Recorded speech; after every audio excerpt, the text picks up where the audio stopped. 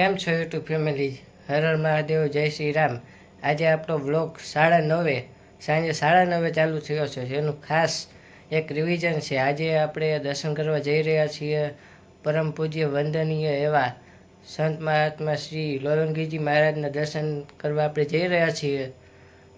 આજે લોલંગી બાપુની 62મી પુણ્યતિથિ અને કંચન માતાજી છે તેઓની 17મી પુણ્યતિથિ છે. તે નિમિત્તે આપણે લોલંગીજી મહારાજના દર્શન કરવા જઈ રહ્યા છીએ અને સાંજે અત્યારે ભવ્ય લોક ડાયરો યોજાયો છે, તો આપણે તેમાં પણ સહભાગી બનશું. તો કન્ટિન્યુ બ્લોગમાં બન્યા રહેજો. ચાલો આપણે ઘરેથી લોલંગીજી મહારાજના દર્શન કરવા જઈએ.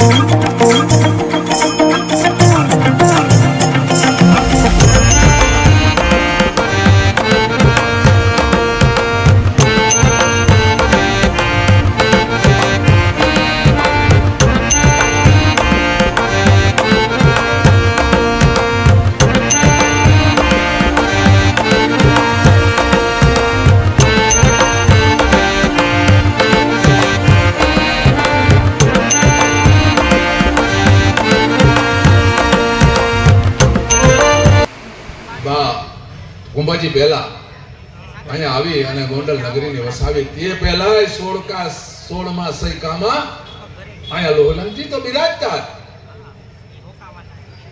એક રાજવી આમેર છોડી અને ગલતામાં 12 વર્ષની તપસ્યા પૂરી કરી કૃષ્ણએ પૈહરી બાબા અને ત્યાંથી ભારતનું રટણ કરતા સમગ્ર ભારતનું રટણ કરતા એને ગોંડલી નદી અને ગોંડલની પવિત્ર ભૂમિ પસંદ પડી, જ્યાં ભગવાન કૃષ્ણ અહીંયા રહ્યા છે. જ્યારે સદેવ ભગવાન કૃષ્ણ જ્યારે સધામ જવાના હતા ને, ત્યારે દ્વારકાથી નીકળ્યા અને ગોંડલમાં એનો રાત વાસો અહીંયા ગોંડલની અંદર કર્યો છે ભગવાન કૃષ્ણએ. એમ આમાં નાથાલાલ જોશીના પુસ્તકમાં એનું વાંચ્ય મેં વાંચ્યું છે, મને ખ્યાલ છે. તો આવી ભૂમિ અને આ ભૂમિમાં આપણો જન્મ થયો છે. હું અને તમે બધા આપણે કેટલા ભાગ્યશાળી છે. અહીંયા દાતા છે, દાતાને છુપાઈને ઘરમાં આંગણ આવ્યો. આવી પવિત્ર ભૂમિમાં સંતો મંતોનું આગમન 16માં સૈકામાં અહીંયા ગોંડલને હું તમને 16માં સૈકામાં લઈ જાઉં છું. ગોંડલનું અસ્તિત્વ જ નહોતું. આ ગો મંડલ અહીંયા ગાયોની ભૂમિ હતી અને ગોંડલનો નાગ અહીંયા બિરાજમાન. એના ઉપરથી આ ગોંડલનું નામ પડ્યું છે, ગોંડલા નાગ ઉપરથી. જ્યારે અહીંયા વતન જ નહોતું, અહીંયા ગામ જ નહોતું અને આ પવિત્ર ભૂમિ લોલંગજી બાપુએ અહીંયા પસંદ કરી અને અહીંયા ધૂમો રખાયો.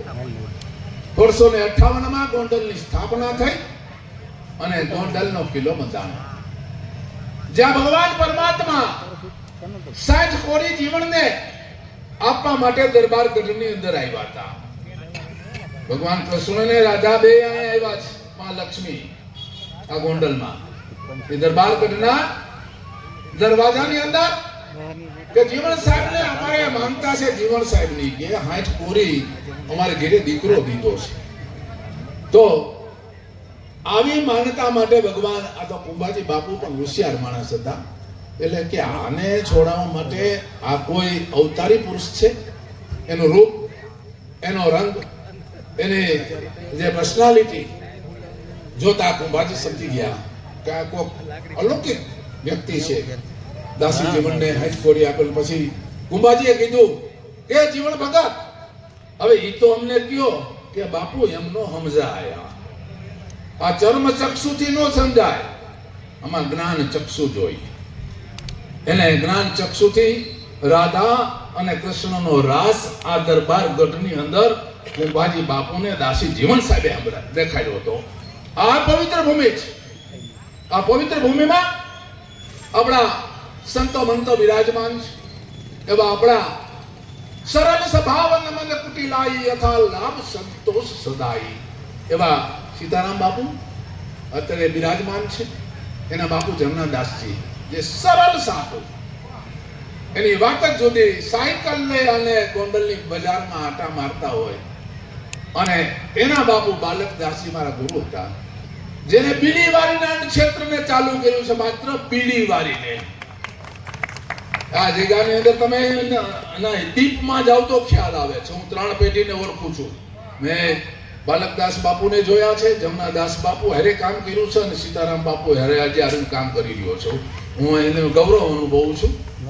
અમારા કુંભાજી બાપા અમારા વડવા, એની 12મી પેઢી છે ને, સીતારામ બાપુ 12મી પેઢી છે, ને કનકસિંહ 12મી પેઢી બેઠા છે. આ અત્યારની વાત નથી કરતો. આ એવા આપણે ઓલા દોરમાંથી જઈએ છીએ, અને આ તો મારે પૂર્વ ભૂમિકા બાંધવી હતી, એટલે મેં કીધું હતું કે લોહલંગજી શું છે, લોહંત શું છે. અને હમણાં જયંતિ બાપુ ગોંડલિયાએ પોતાની સાધુની વ્યથા વાત કરી. બહુ દુઃખની વાત છે. આપણે સનાતન ધર્મ આપણે આપી અને દેવા વાળા માણસ, ખેડૂતને ખરે જાય અને ખરા ઉપરથી સાધુ કોઈ દિવસ પાછો ન જાતો. કલયુગ આવી ગયો છે. આપણા રામ મંદિરના પૂજારી આવે, અમે ગામમાં રામ મંદિર બંધ થઈ ગયા છે. પૂજા કરવા વાળો કોઈ જડતો નથી, કારણ કે એને રોટલો તો જોઈને આવનારા સંતોને લગ્ન પ્રસંગો આતે હવે ગામની અંદર ભૂલાઈ ગયા છે. એવા અને પરિસ્થિતિ દીકરીની તો ઘણી વાત છે, ખેતી કરતા એને નથી દેતા. અત્યારે બધા સમાજની અંદર એ પરિસ્થિતિ આવી ગઈ છે, કારણ કે હવે બધાને રાજકોટ જોઈ છે. ગોંડલ તો નાનું પડે છે ને, રાજકોટ નાનું પડે, અમદાવાદ તરફ દોટ ઉપડી, સુરત તરફ જવા માંડ્યા છે, કારણ કે આ પરિસ્થિતિ જેટ ગતિએ આગળ વધી, જેટ ગતિએ. એટલે સાધુની વ્યાખ્યા, સાધુની જે એને વાત કરી બહુ સાચી વાત છે. સાધુની પરિસ્થિતિ અત્યારે ગામડામાં પૂજા કરતો હોય સાધુ, એને ખબર હોય રામજી મંદિરની, પણ આપણા મંદિરને રામાનુજાચાર્ય ભારત વર્ષમાં આવ્યા 700 ને કઈક 20 કે 25 વર્ષ થયા. રામાનુજાચાર્ય ગામડે ગામડે રામ મંદિરની સ્થાપના કરી, અને રામની આ ઝાલર વાગતી કરી આ હિન્દુ ધર્મને ઉભો કરનાર એવા સંતો હતા. આવા રામાનુજાચાર્ય અને એની પરંપરા શ્રી સંપ્રદાય, અને એમાંથી આવેલા વિષ્ણુ સાધુ, વિષ્ણુ બાવા વૈરાગી સાધુ, એમાં જેને અલેખ જગાવી છે આ ભારતીય સંસ્કૃતિને. સતન હોત સંસારમાં તો જળજાત બ્રહ્માંડ, જ્ઞાન કેરી ધૂપ છે ઓ ઠારત આપોઆપ. આ જ્ઞાનની લહેરીથી આ સંસાર સળગી જાત.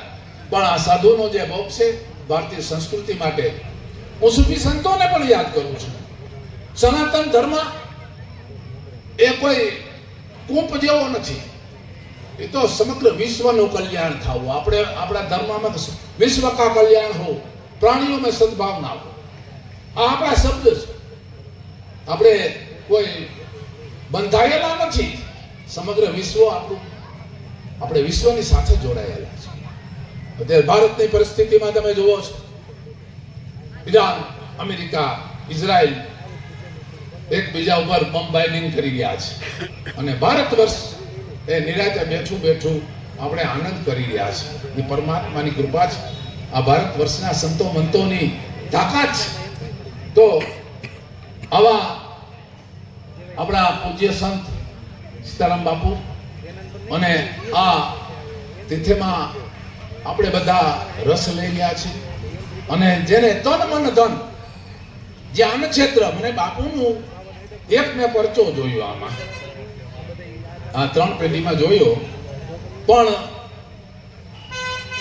કોરોનાના કાળની અંદર જ્યારે કોઈ દીકરો કે માં એકબીજાને થાળી ન દેતા, કારણ કે કોરોના થયો છે તાને ઘરમાં રાખો ને થાળી દીવો, એને કોઈ જમવા દેતું નહોતું.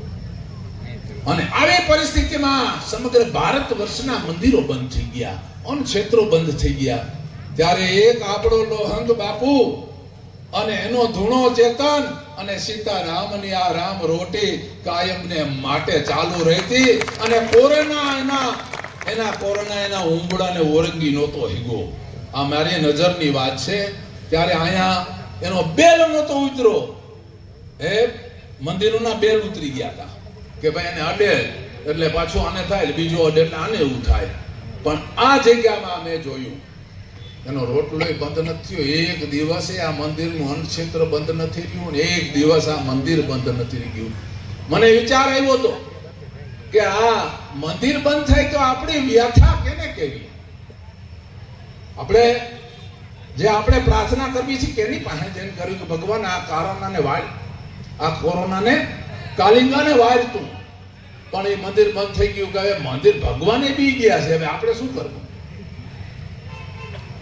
એવા આપણા ગોંડલનું ગૌરવ કહેવાય કે આ મંદિરે કોરોના કાળની અંદર જે બધાને ટિફિન આપ્યું, ઘરે ઘરે બાપુ ટિફિન જાતા, અને 250 થી 300 માણસ પોલીસથી માંડીને બધા જેને નોકરી હતી એને ચા પાણી અને જમવા માટેનો એક આશરો બની ગયો હતો આ મંદિર.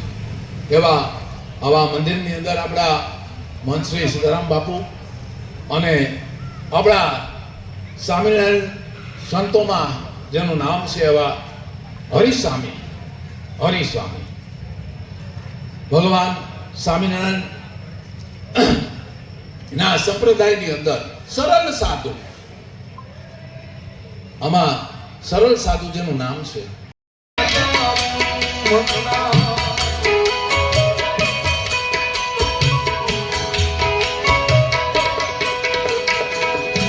નથી